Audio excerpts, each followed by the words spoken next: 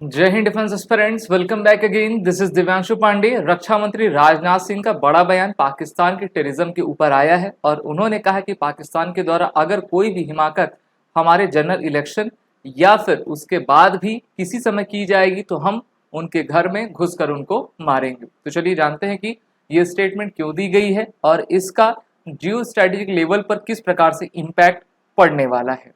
जैसा कि हम जानते हैं कि पाकिस्तान और चाइना हमारे दो पड़ोसी हैं, जिनमें पाकिस्तान के द्वारा भारत में टेररिज्म सबसे अधिक आपका फैलाया जाता है और चाइना के द्वारा पाकिस्तान को सपोर्ट किया जाता है। अभी भारत के रक्षा मंत्री राजनाथ सिंह के को मीडिया के द्वारा एक आपका इंटरव्यू लिया गया, जहां पर उन्होंने ये आपके खुलकर बात रखी कि अगर कोई भी भारत के पीस को, सोवरेनिटी को डिस्टर्ब करने का प्रयास करेगा तो उसको उसी की भाषा में जवाब दिया जाएगा।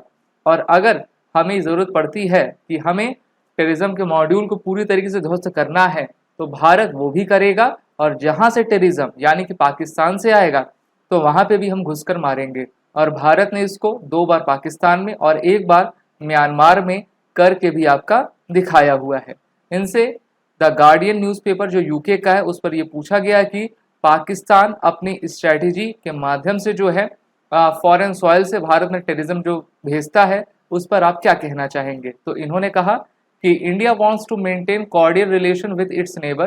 Look at our history. We have never attacked any country or even occupied an inch of territory of any other country. Bharat का अगर हम इतिहास देखें तो भारत ने कभी भी किसी देश के ऊपर कभी हमला नहीं किया है। भारत अपनी रक्षा के लिए तत्पर रहता है, लेकिन हमारे संप्रभुता पर अगर कोई ठेस पहुंचाता है तो उसको उसी की भाषा में हम जवाब आपका देंगे।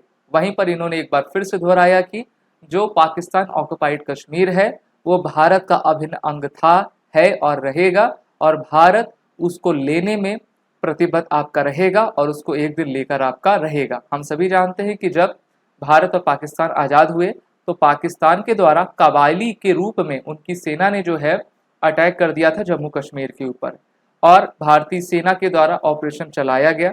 हम उसमें सक्सेसफुल भी रहे थे, लेकिन नेहरू जी ने उस युद्ध को सीज फायर कर दिया, जिसकी वजह से 1/3 कश्मीर का हिस्सा जो है पाकिस्तान के कंट्रोल में चला गया, जिसको आज का पाकिस्तान ऑक्युपाइड कश्मीर कहा करते हैं।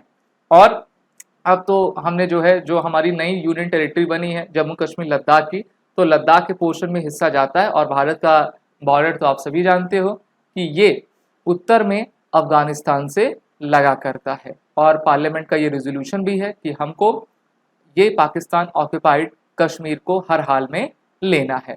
वहीं पर अरुणाचल प्रदेश का जब ये क्वेश्चन पूछा गया कि क्या जो अपोजिशन आपके ऊपर आरोप लगा रही है कि अरुणाचल प्रदेश में चीन घुसता आ रहा है, चीन ने जो है हमारी ज़मीन ले ली है, तो उन्होंने कहा कि हमारी ज़मीन सुरक्षित है और अरुणाचल प्रदेश हमारा एक अभिन्न अंग है और इस पर किसी भी प्रकार का कोई विवाद है ही नहीं। अगर दूसरी कंट्री जितना नाम चाहे वो नाम चेंज करती रहे, लेकिन उनकी इतनी हिम्मत नहीं है कि वो हमारे भारत के किसी भी हिस्से को अपना फिजिकली बना सके। तो यहाँ पर इनके द्वारा फिर से कहा गया है कि जैसे हमारे विदेश मंत्री सुब्रमण्यम जयशंकर ने कहा था कि नाम चेंज करने से जगह आपकी नहीं हो जाती है। अगर मैं आपको बताऊं भारत का शौर्य बॉर्डर पार, तो आपको याद होगा 2015 का समय, उस समय हमारे आर्मी कॉन्वॉय पर जो है जो आपके हम कह सकते हैं कि इंसर्जेंट्स हैं, उनको टेररिस्ट ही कहा जाना सही रहता है, तो उनके द्वारा हमला किया गया और वो फिर हमला करके म्यांमार में चले गए थे। फिर हमारी जो स्पेशल फोर्सेस हैं उनके द्वारा एक ऑपरेशन चलाया गया जिसमें 40 से अधिक ऐसे टेररिस्ट को वहीं पर आपका मार दिया गया था।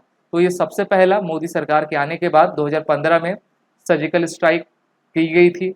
इसके बाद अगले साल ही वर्ष 2016 में आपको याद होगा भारत के द्वारा जो उरी अटैक हुआ था, ठीक है, तो उसका बदला लेने के लिए हम पाकिस्तान के अंदर घुसे थे और लगभग 40 के अराउंड वहां पर पाकिस्तान में घुसकर उनके आतंकवादियों को खत्म किया था।